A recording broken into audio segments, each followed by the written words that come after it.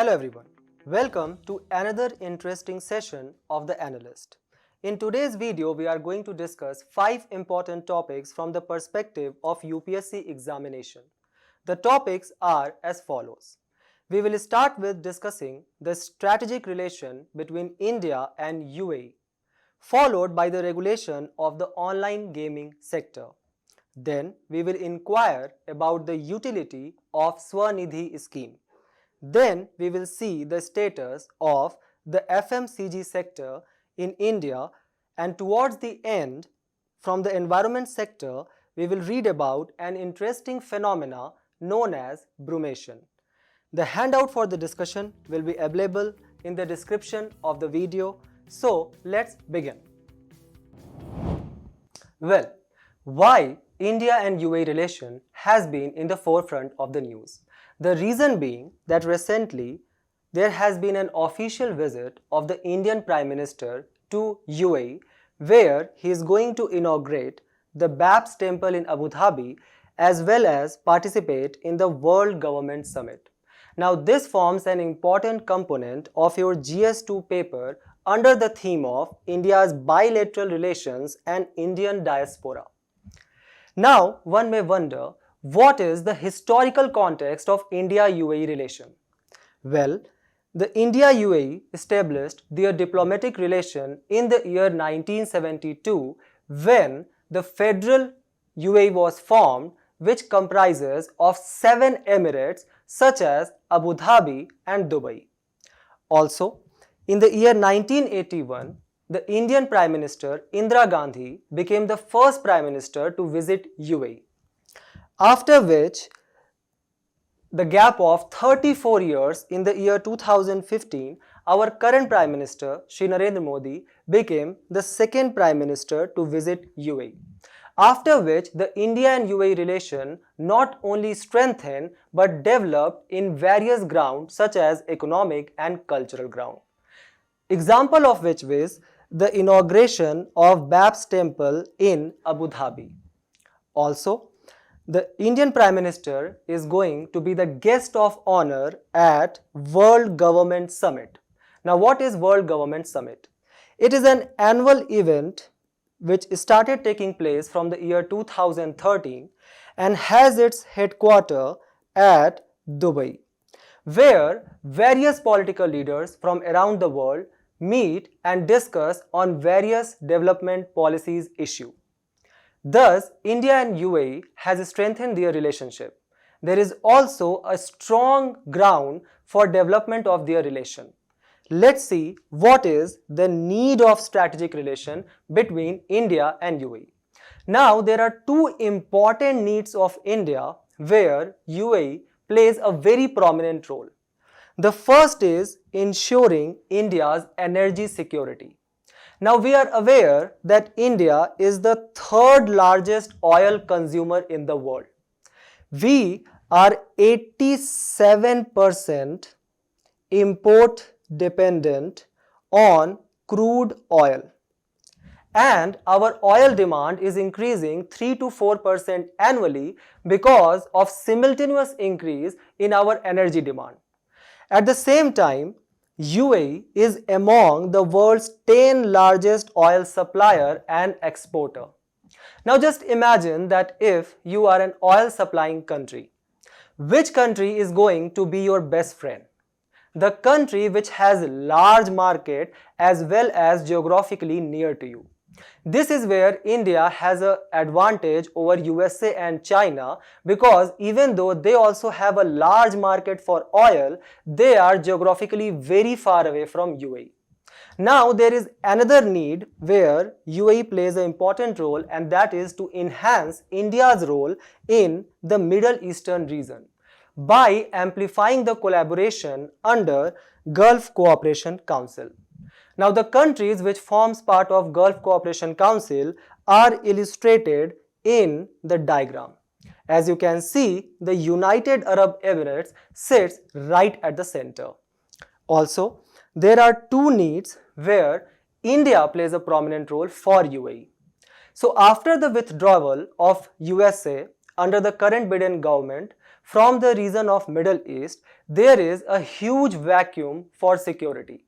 And this is concerning UAE, which wants to secure its safe line of sea communication in the region. This is where the India plays a very prominent role to counter the maritime piracy and state-sponsored terrorism which is emerging in Persian Gulf and Red Sea. For example, recently there was an attack by the Houthi rebels on the oil refineries of UAE. Thus, India can play the role of net security provider because of its strong military presence in the Indian Ocean region. Also, there is need of India for UAE because it is trying to transform its economy from black oil to white oil. Let's understand this. We all know that climate change is a growing concern, as well as there is growing demand for energy transformation to renewable energy sector. Thus, UAE is very well aware that its fossil fuel based economy is not a sustainable model for the future. So, it is trying to transform its economy from black oil to white oil, which is based on its diversification in various other sectors, such as being real estate. For example, UAE is developing Palm Islands, Matsar City, etc.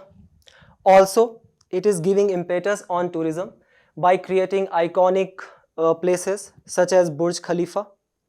Also, it is trying to become a sports capital where it is investing a lot in its sports infrastructure, as well as it has hosted various IPL tournaments. IPL, which is the second richest league in the world. As well as India can act as a huge market for UAE products. Thus, as we have seen that there is a strong need for strategic relation between India and UAE, let's see what are the steps which both countries has taken in this regard. The first and foremost, we'll discuss about strategic ties. So, India and UAE conduct a lot of strategic exercises such as Zayat Talwar and Desert Eagle. Now here, Zayat Talwar is a naval exercise and Desert Eagle is an air force exercise. Also, India and UAE are cooperating at various platforms. For example, UAE supports the India's bid to permanent seat at United Nations Security Council. Also, both the countries forms an important part of I2U2, which stands for the grouping of 4 countries, which are Israel, India, USA and UAE, where these countries are collaborating to diversify their interest in various regions such as energy security, trade, digital infrastructure, etc. Also, India and UAE shares a strong cultural relation. For example, UAE has India's largest diaspora comprising of 3.5 million Indians, which forms more than 33% of the whole population of UAE. As well as India and UAE are collaborating in the fields of education and sports. For example, the first foreign branch of Indian Institute of Technology has been recently opened in Dubai. Also, India and UAE have taken several steps in the regard of economic ties. For example, our bilateral trade currently stands at $85 billion.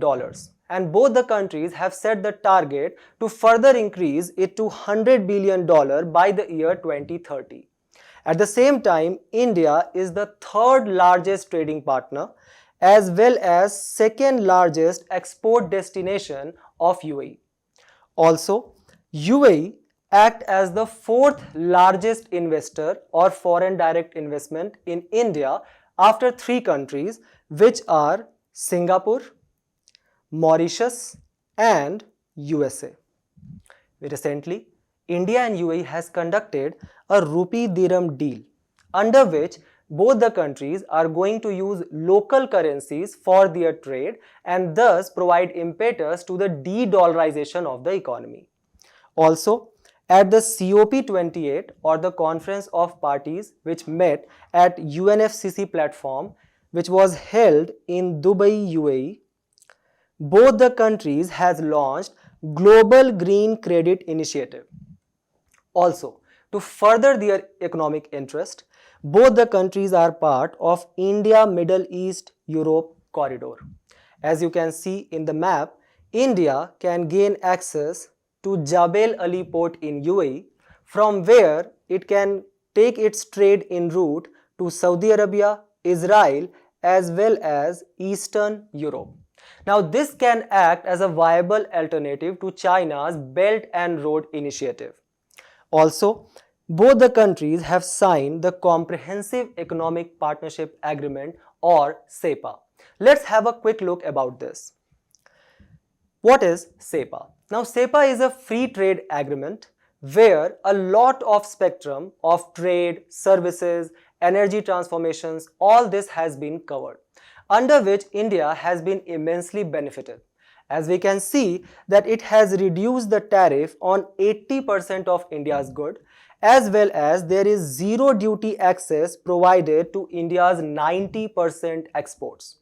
Also, it has acted as a boost to the several sectors such as medical devices, automobiles, gems and jewelry. With this, there is expectation that CEPA is going to generate more than 1 million jobs in labor-intensive sectors such as textiles, furniture and food products. All this will lead to acceleration in the foreign direct investment inflow in our country. Now, as we have seen that India and UAE share a very strategic as well as economic ties, but there are also several challenges. Let's look at them. What are the issues? Now, back in 2015 at Urja Sangam, India set for itself an ambitious target to reduce down its dependency on crude oil import by 50% by the year 2030. Now, this has obviously a huge impact on UAE. Why? Because UAE economy currently lies on its supply of oil. On the other hand, India has taken several steps in this regard to reduce down its crude oil import. For example, India has launched ethanol blending program where we are blending the biofuels with diesel and petrol. Then there is FAME scheme under which we are promoting for the faster adoption of electric vehicles. Also, India has launched HELP. What is HELP? HELP stands for Hydrocarbon Exploration and Licensing Policy, under which India is trying to boost its domestic capability of oil production. With all this, India is also searching for viable economic alternatives to the expensive oil supply from the Middle East region. For example, India has started procuring oil from Russia. Now, Russia is providing discounted oil supply currently because it has been sanctioned by various European and USA nations, because of which India's oil import bill actually reduced down by 29% in the year 2023. Now, there are several steps which has been taken by UAE as well, which hinders the economic interest of both the nation, such as application of non-tariff barrier by UAE.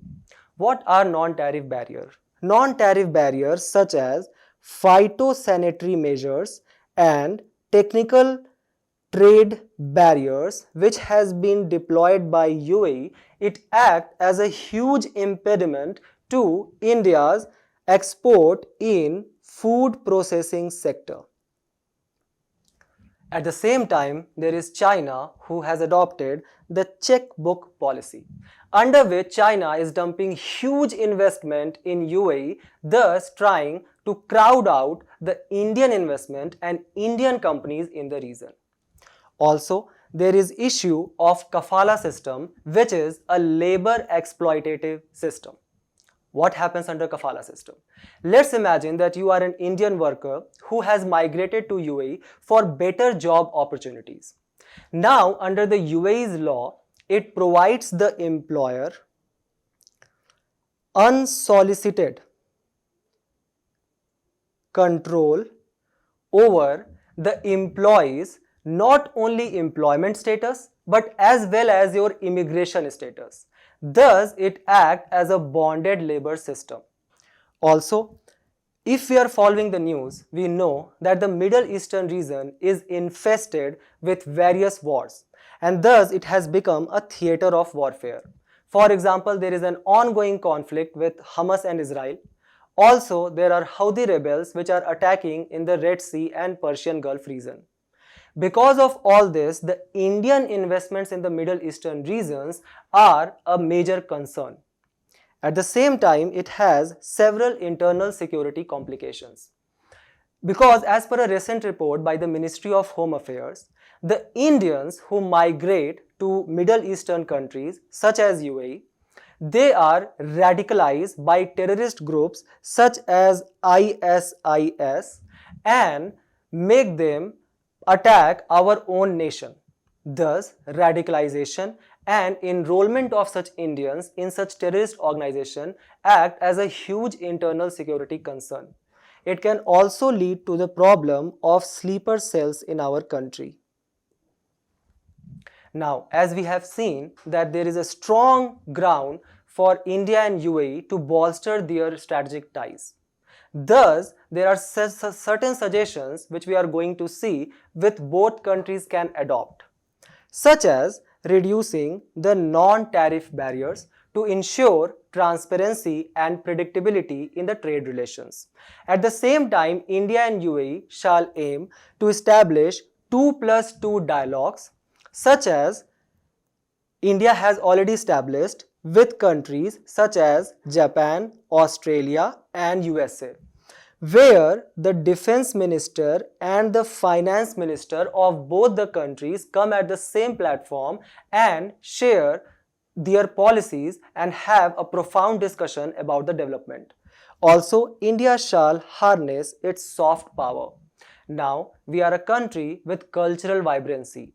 Our movies, songs, culture has a strong ground to attract the people of UAE. At the same time, we should also show this vibrancy with our various festivals which we celebrate, such as Deepavali and Eid. With all these steps, India and UAE shall aim to increase their cooperation because it is very important for India to counter the China's increasing presence in the region. With these suggestions, we move forward to our next news. Now, this news deals with a section which we all have a bit of liking for. That is the regulation of online gaming. The context of the news is that the government of India has recently decided to remove the industry-led self-regulatory bodies and has decided to act as a regulator for the online gaming sector. Now, this forms an important component of your GS2 paper under the theme of government policies and interventions. Now, we are aware about various popular games such as Dream 11, Minecraft, PUBG. So, let's see what is the status of online gaming sector in our country. Well, as per NIPFA or National Investment Promotion and Facilitation Agency, currently India has more than 421 million gamers, and this number is increasing rapidly. Thus, it is estimated that this industry is going to grow 20% annually and will ultimately reach to $231 billion by the fiscal year 2025. Thus, the gaming industry forms an important component of India's larger aim of becoming the third largest economy. At the same time, India has the largest fantasy sports market in the world with currently 180 million user base. At the same time, the percentage of NPU or the new paying users have growing fastest in the world with 40% increase registered in the year 2022 to 2023. Thus, online gaming has created a lot of noise and forms an important component of our economy. But at the same time, there are several challenges which revolves around this online gaming industry. Let's inquire about them. The first rising concern is the loss to exchequer, which takes place in the form of illegal offshore gambling markets. For example, let's say there is a player A which resides in India. Now this player is playing a game with user B which resides in China. Now in the game, the player A, who is an Indian, comes out victorious. Thus, the player B has to pay money to the player A. Now, if this takes place in the hand of terrorists and certain other hawala channels, this same channel of money transfer can be used to dump illegal money into our economy. At the same time, these transactions are at such a minuscule level that our economic regulatory bodies are not able to track them. Thus, there is an estimation that there is a loss of $45 billion per annum in the form of taxation.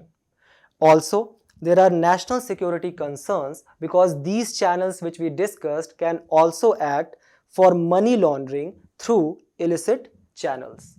Now, this money which comes in our country can be used for various purposes such as funding terrorist acts in our country. Thus, it is a major concern related to national security. Also, there are various cyber attacks which can take place. For example, when we open a game and it shows us various terms and conditions, how many times we actually do read that? In most of the times we don't. And thus we just click on OK and accept all the terms and conditions. What if it was asking to have access to your personal gallery or to get the information about your bank account? This can lead to the violation of right to piracy as well as financial frauds. And it can violate your right to privacy which has been guaranteed under Article 21 by Puttaswamy case 2017. Also, there are issues such as lack of regulatory oversight. There is no defined regulatory framework for grievance redressal mechanism or player protection measures as well as data and IPR protection and the issue of misleading advertisement. Let's understand this from an example. Let's say you are the user and you have certain grievances. The grievance is that your data protection has been violated. Now for this, which authority you will approach to? For example, if there is a case of misleading advertisement, then that will fall under the regulatory ambit of Consumer Protection Act. At the same time, if there is a data breach, that will form under the ambit of Ministry of Electronics and IT. So, as there is not a defined framework and a single regulatory body, it can lead to multiple challenges. At the same time, there is an issue of state versus center. Well, online gaming is a state subject under the entry 34 of the state list. Thus, several states have made different laws to regulate the online gaming sector. For example, gambling is banned in Arunachal Pradesh and Tamil Nadu, but at the same time it is legal in Goa. Also, there is an issue about which body or the rules made by which state or center will be ultimately applicable to this profit generating sector. At the same time, there are rising issues of the ambiguity in law. That is, whether a game can be defined as a game of skill or gambling. In K. Satyanarayan case, the Supreme Court held that if the game requires a certain skill to be applied by the player, then that game will fall under the definition of game of skill, and that is completely legal. For example, if you are playing Rummy, in that case you need to have notice the card sequence of the other player. Thus, Rummy is considered as the game of skill and is considered legal. But at the same time, if the game does not require any skill and is completely based on your luck, then that will fall under the category of gambling. For example, if you are playing Ludo, right, you are just rolling the dice and completely relying on your luck. Thus, there is this vague definitions of game of skill versus game of luck, which ultimately leads to a lot of problems in regulation of these online games. Let's say, for example, even in this game of Rummy, you go on app to play online, correct? And let's say that app randomly selects a person who has higher rating than you, which means who has higher skill than you. In that case, you are obviously going to lose your money. Thus, even though the Rummy is a game of skill, when played online, it can also fall under the category of game of luck, because you don't know against whom you are going to be pitted against. In the very same way, this leads to the ambiguity in law. Also, there are huge social impacts. For example, there are addictive cycles, such as children who get addicted to these games, they do not eat for hours, leading to their poor nutrition. Also, there is exposure to violent and sexual content, the graphic images which hinders the early development mind of a child. At the same time, it leads to social apathy, where a person starts disconnecting itself from the larger societal bonds which are very important for its overall development.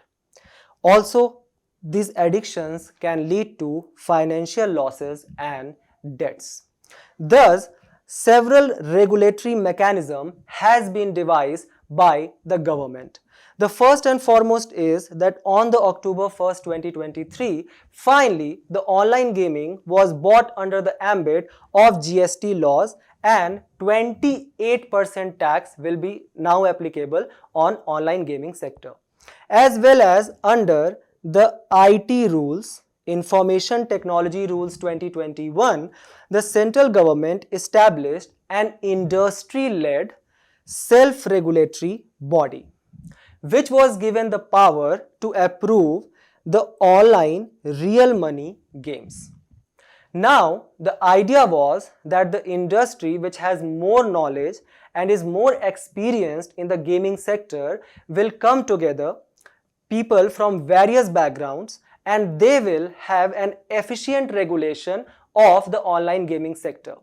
Here, the games which involve real money required approval from these self-regulatory bodies, but let's say if you are just playing a cricket game which does not have any money transaction involved, then any approval was not required. But there were certain concerns with these self-regulatory bodies. For example, there was this growing concern that these bodies can act in a non-neutral manner because they were heavily dominated by the gaming companies.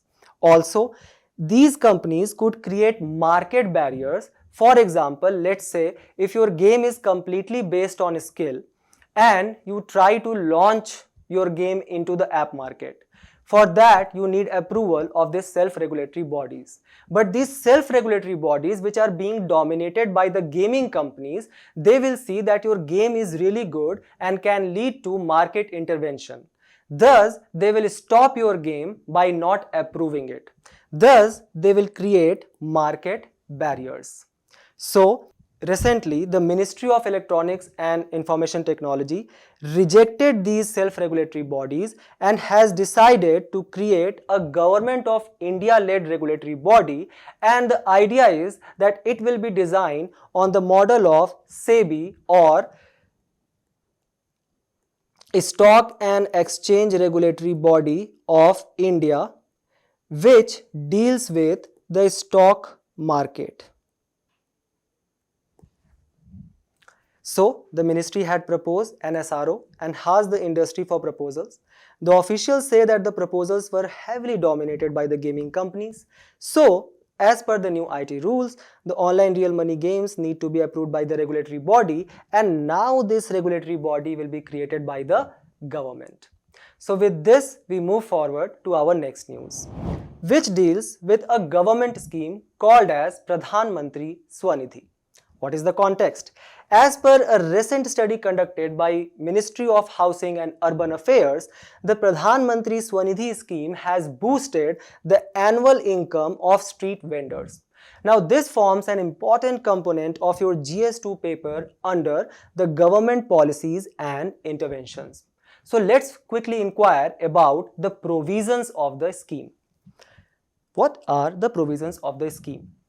The scheme was launched in the year 2020 when our country was facing the crisis of pandemic.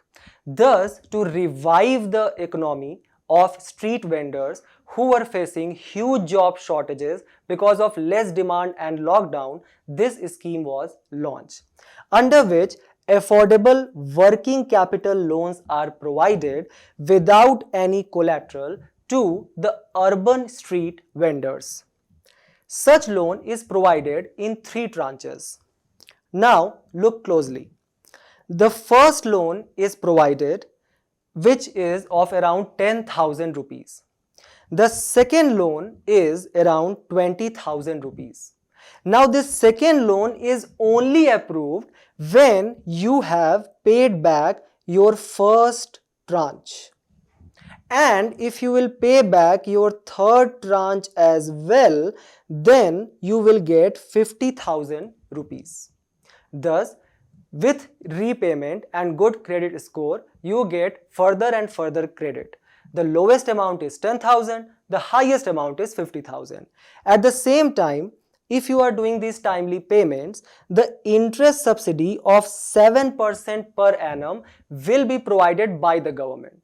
So let's say whatever the loan you took, let's say it was 10,000. On that 10,000, you need to pay an annual interest of 11%. So now you will be paying only 4% and the government will pay 7% for you. Okay. Let's see what are the other provisions. Well, it is a centrally sector scheme, which means it is completely funded by the Government of India. Also, the scheme is launched by the Ministry of Housing and Urban Affairs. Then there are several lending institutions which has been recognized under this scheme, such as the loans can be provided to the street vendors by the banks such as State Bank of India or any non-banking financial corporation such as Bajaj Financial Service, or a micro-financial institution such as a small financial bank, or the loan can also be provided by the self-help groups such as Kudumshri. Now, what is the eligibility to avail all these loans under PM SVANidhi? Well, this scheme is only applicable to those states which have notified rules under the Street Vendors Act of 2014. At the same time, all street vendors can avail these loans who are engaged in urban areas and not in rural areas. Now let's see what is the study which was conducted by Ministry of Housing and Urban Affairs.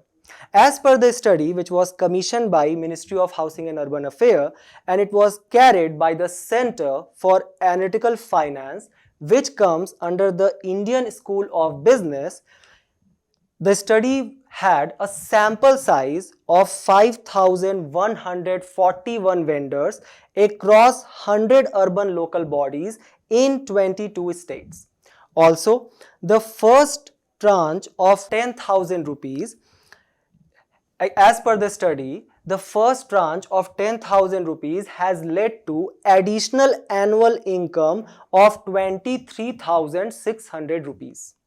At the same time, 95% of the surveyors said that it was their first ever bank loan, which means that the scheme has significantly increased the financial inclusion. Also, 72% recipients said that it was their first ever business loan. Thus, we can see that the scheme had a huge benefit at the ground level. Also, the debt to income ratio of the person who has taken the loan stands at 9%, which is actually low than what is for commercial banks. Thus, the study shows that the PM SVANidhi scheme has made huge headwinds when it comes to securing the economic rights of street vendors. But at the same time, there are certain issues which should be noticed. First of all, the issue is of non-payment of loans. Now, the table which we have here is from the SVANidhi site. So let's look at the table and see how the non-payment of loan is emerging as a major issue under the scheme. As we can see that the loans disbursed under the first tranche, now remember this first tranche is for 10,000 rupees.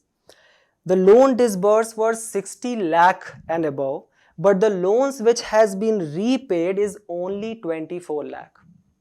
When we see the same thing in the terms of second tranche, that comprises of 20,000 rupees, the total application was 22 lakhs and the disburse was 16 lakh, but the loans which has been repaid is only 3 lakhs.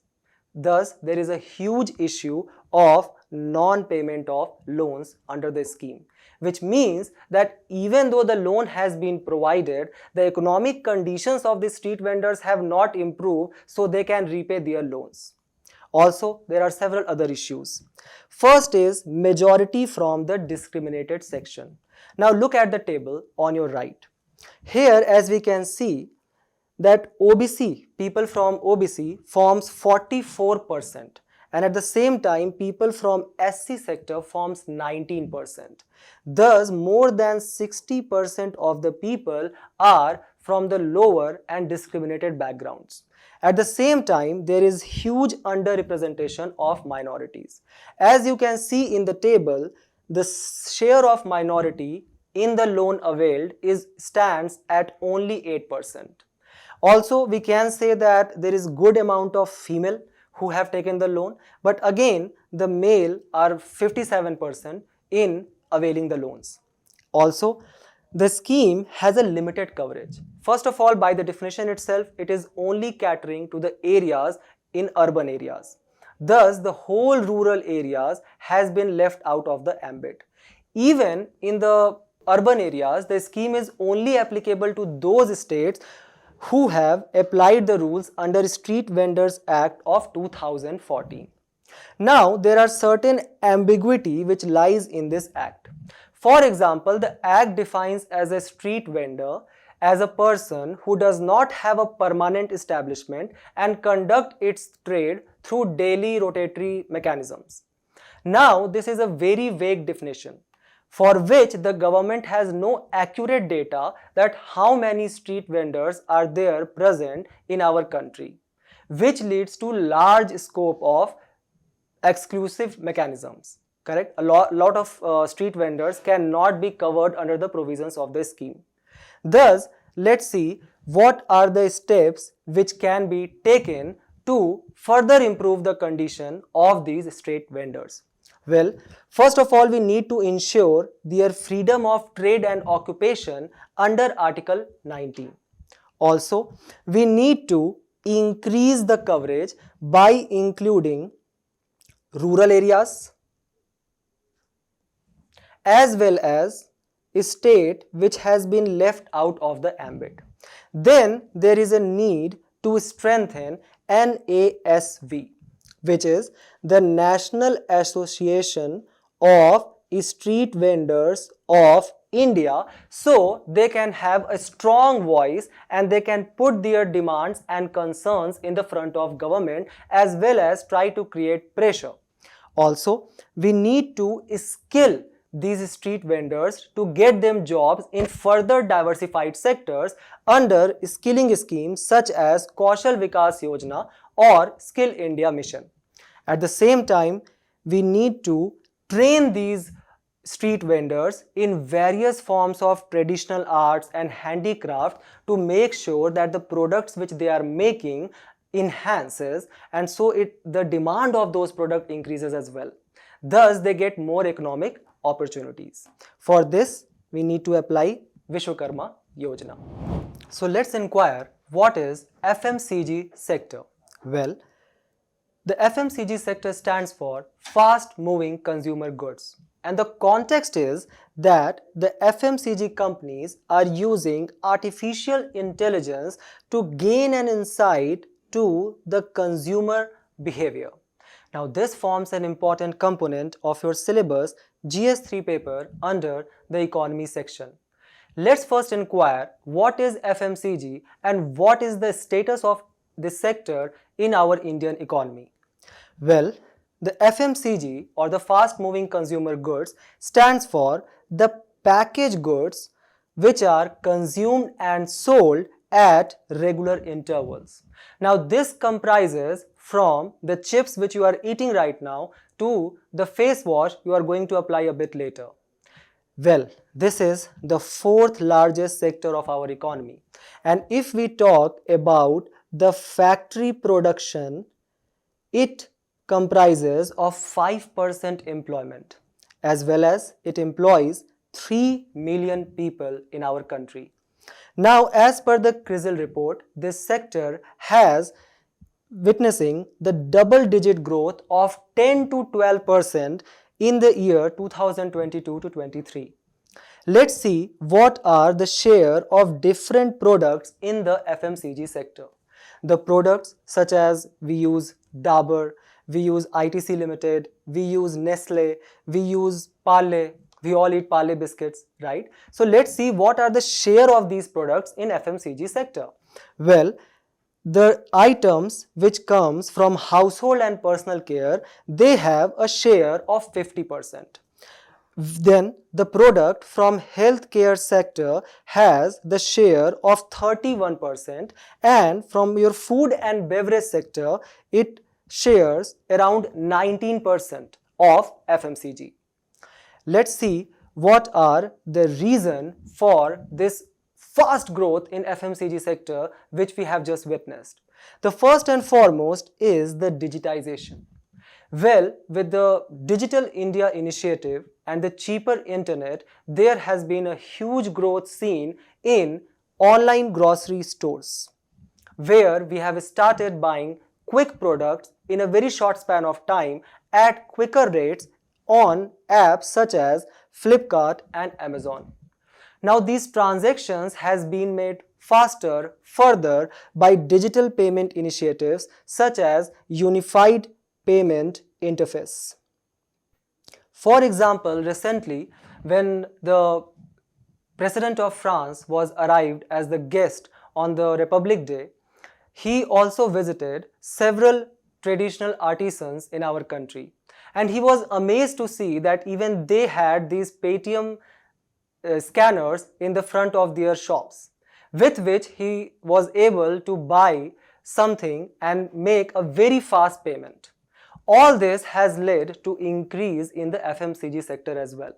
Also, the use of artificial intelligence, as we saw in the news, and integrating it with big data analytics can lead to the prediction of consumer behavior. Also, there are several Government of India's initiatives in this regard, which has led to huge FDI inflow in FMCG sector. Also, there are several tax concessions which are applied to this particular sector. For example, the GST is charged at the minimal 5% for FMCG products. Also, there is production linked incentive scheme which is bolstering the domestic capability for manufacturing, thus providing the demand as well as making sure that supply is matched for that demand. Also, there is a growing rural market, because as per a recent data, rural market comprises of 36% of FMCG sector. At the same time, the demographic dividend plays a very important role. So we are aware that currently more than 50% of our population is below 25 years. And this demographic dividend plays a very important role in the sense that this provides a young people who have a lot of demand for such fast moving consumer goods. For example, to eat chips, to have fast processed foods, we like that. And because of this sector is growing immensely. Now, at the same time, there are several challenges which surrounds around FMCG sector. Let's have a quick look at them. The first is high inflation. Now, as per a recent report by NSO, the CPIC or Consumer Price Index combined, which includes the inflation for both urban as well as rural area, stands at 5.6%. What does this mean is that let's say if the last year the face wash which you were buying costed 100 rupees, this year it will come around 105 rupees. Which means that when the cost of the product will increase, it is obvious that the demand for it will come down. And when the demand for it will come down, it will not be profitable for the companies to make that product, and thus they will stop making that product.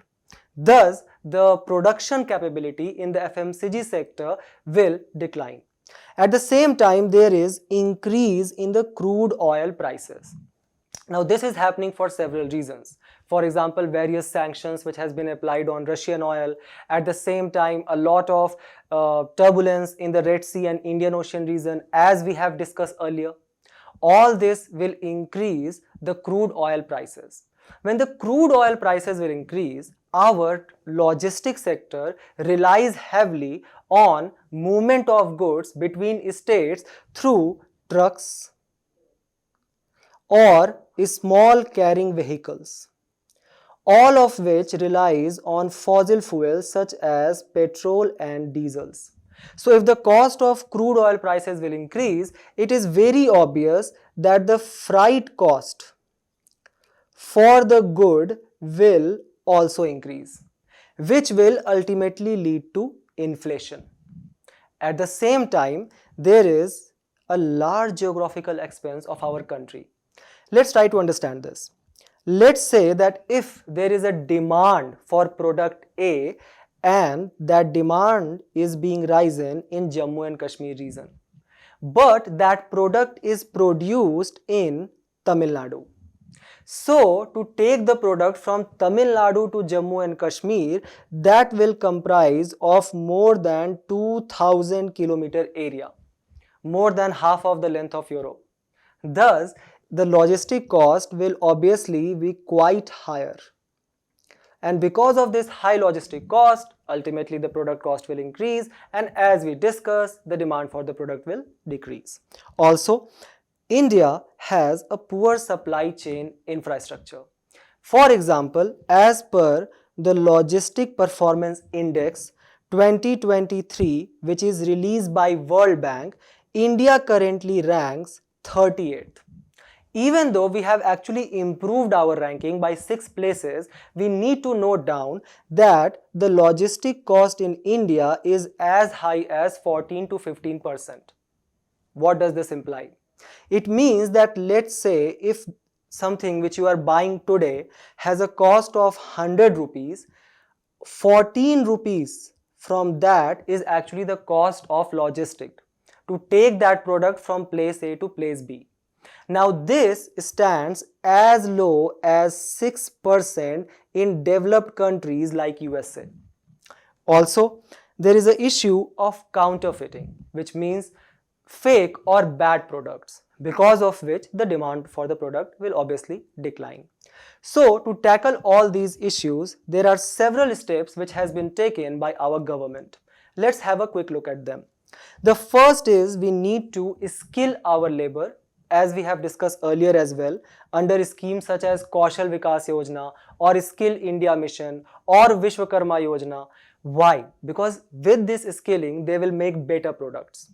more reliable products, which will increase the demand of the product not only in the domestic market but as well as in the foreign markets.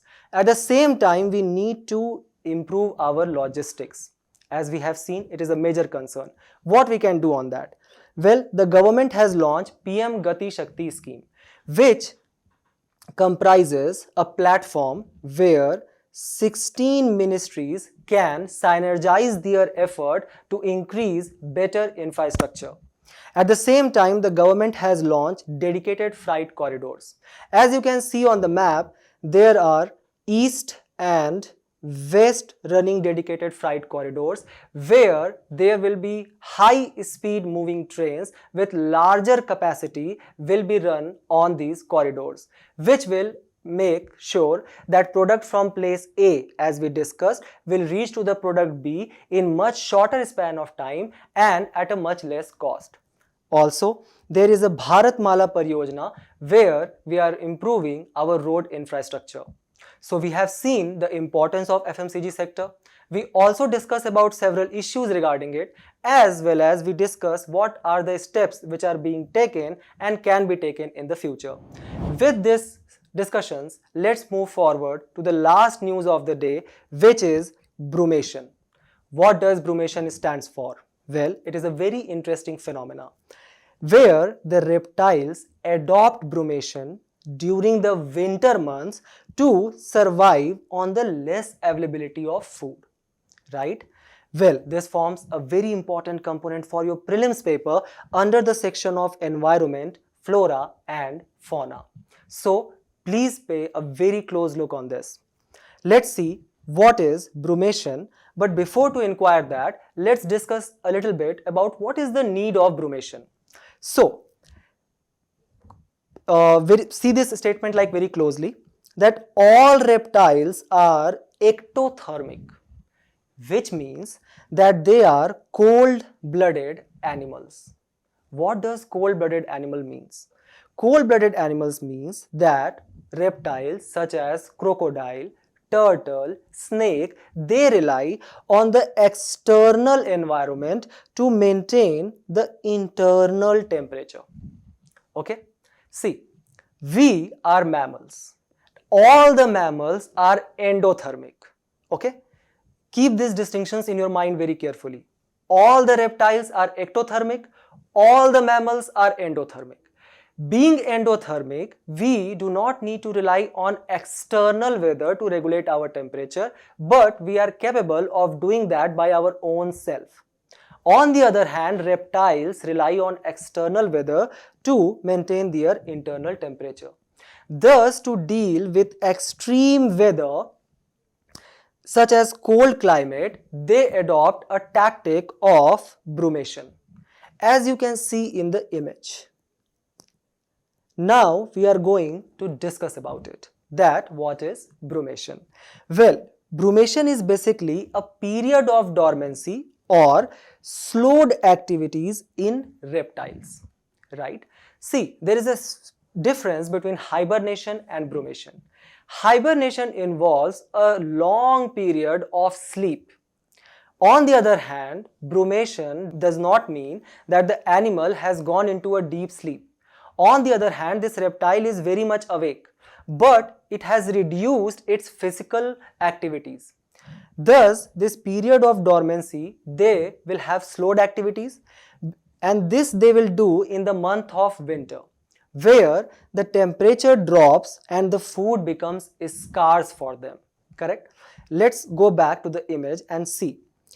If there is a snake, let's say the snake eats rat to survive, but the rats are not there because they have also dug deep in the burrows. So there is a lack of food for a snake, especially in the month of winter. What does snake will adopt to? The snake will adopt to brumation, where it will retreat to underground burrows or rock surfaces or sheltered areas and remain dormant. Now the snake is not being able to have some food. Thus it will reduce its physical activities. It will reduce its oxygen taking activity, right? All this will lead to slow metabolism, and thus the reptile will be able to conserve their energy. As you can see, it is the dormancy experienced by the reptiles and amphibians during the cold months, which involves slow metabolism, less activity, and reduced eating. All these animals such as wood frog, alligator, snake, turtle, all these animals follow the practice of brumation. Now, as we have discussed, there is a difference between hibernation and brumation. So, we will have a quick look at what is the difference, because all these terms can be asked in your prelims paper. So, let's first see what is hibernation. Hibernation is a state of inactivity and decreased metabolism in some endotherms such as bears. Correct? Endotherms, which means mammals like me and you. Hibernation usually takes place during extreme cold temperature when the body decreases temperature and slows the heart rate, even breathing, to conserve energy. Now, what is brumation? Brumation is a hibernation-like phase of inactivity in ectotherms, in reptiles, during the extreme cold temperature, where such as like box turtles who will bury themselves in the soil to keep them warm. And this extremity of the temperature will finally they will come out when the winter months are over. Now, just opposite to brumation stands another term, which is estivation. Now, in estivation refers to a state of inactivity in ectotherms only, in reptiles only, which occurs during the warm temperature. So, if the activity is taking place in ectotherms in winter month, then it is brumation. If the activity like the slowed dormancy is taking place in ectotherms in the month of summer, then it is estivation. So this is also showed in box turtles, and this allows them to stay moist and cool. So I hope that you have understood the difference between these three terms, and with this information, try to solve the questions at the end of the video. We have reached to the end of the discussion today, and we are going to meet very soon with a very interactive session. Thank you.